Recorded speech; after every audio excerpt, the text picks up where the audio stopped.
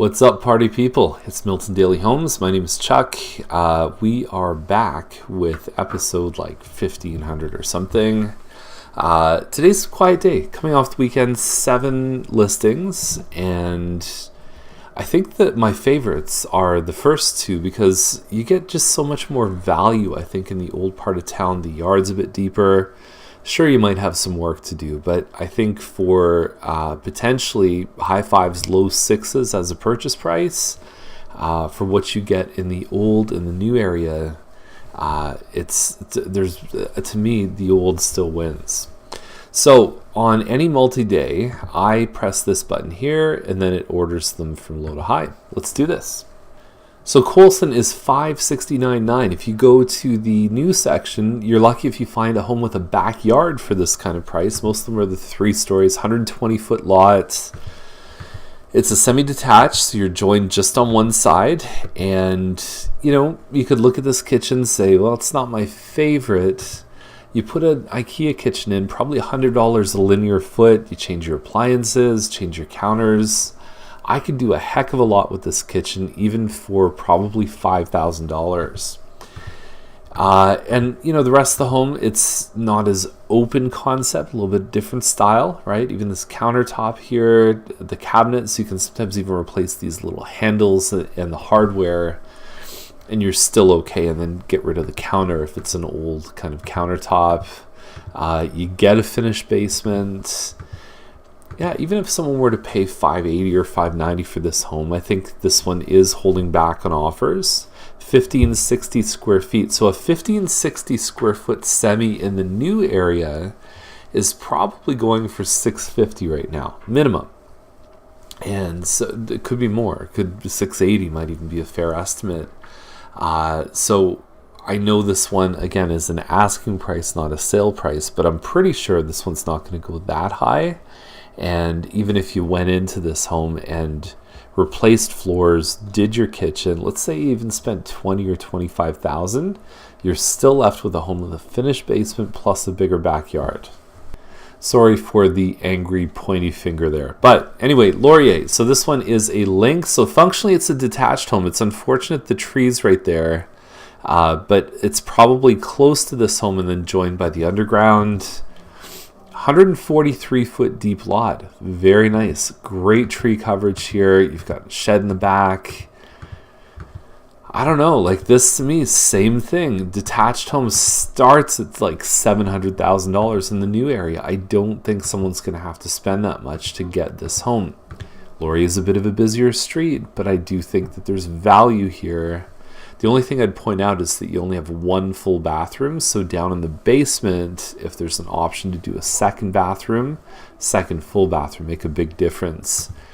And we're also seeing at the bottom of this listing, it's nice because it's like here, the patio door's been done, the windows, the roof is 08, furnace and air conditioner, the seller will buy out at close. That's a big issue. We're just dealing with that now, where we put stuff in the offer to protect our client from not having to assume a lease on a furnace and air conditioner.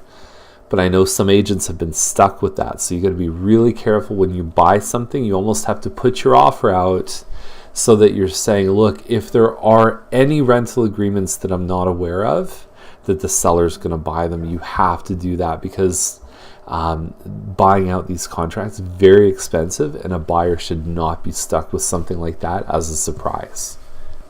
So we have another plan for infamous now, this model for being a single car garage, 1835 square feet, and one model selling about a week and a half ago for $911,000, way above and beyond what anyone thought is possible for this floor plan. So we'll see. Will lightning strike twice? There's this one. There's a few other ones. One is sold conditional, and I think one is taking offers today or tomorrow. And so we're going to see where the next few sales happen.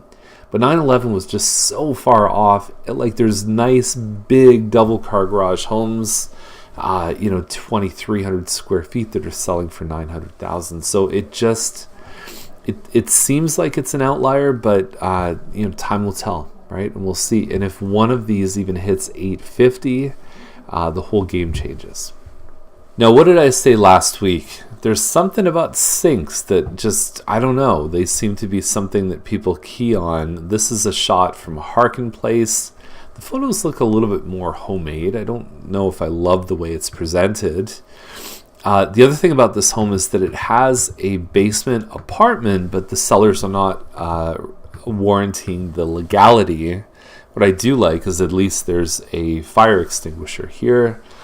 There have been court cases where places have been rented where they're not legal, but if the landlord can prove that the safety of the tenants was important to them, they received a much lighter sentence, if you want to call it that. So if you have someone renting in your house, and there's a lot of people that do it without being completely legal and registered with the town, at least make sure people are equipped to handle any issues that come up. Now, I spoke last week about this one on Serafini. They were listed for like $945, which was in line with what other ones have sold for. There was the one on Forbes, at around the mid nines, but then I see this one cancel and relist at $1,070,000. Backing onto potential commercial space. It's a beautiful house. It's like model home quality. If I were to scroll through the pictures as we're talking, it's really, really nice. $1,070,000 to me may be a little ambitious. Builder model home. I get it. Looks great.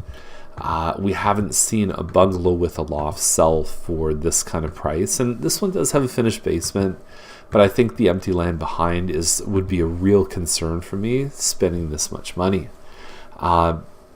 Photos are way better than what's the one earlier in this list on Giddings Place. Look at how bad these photos are. They are awful. So bad. So shout out, even if the price I may not agree with on Serafini, the presentation, the pictures, top shelf. So there it is. That's the list. It's a quiet day. Hopefully we'll see some more really good stuff in tomorrow's episode. I mean, it's like we're in the desert waiting for a cup of water. I mean, it's just this 2017 market. One of the big stories is the lack of inventory plus very high demand, which obviously creates the kind of craziness, for lack of a better word, that we're seeing in this market. So have a great day. We'll see you tomorrow.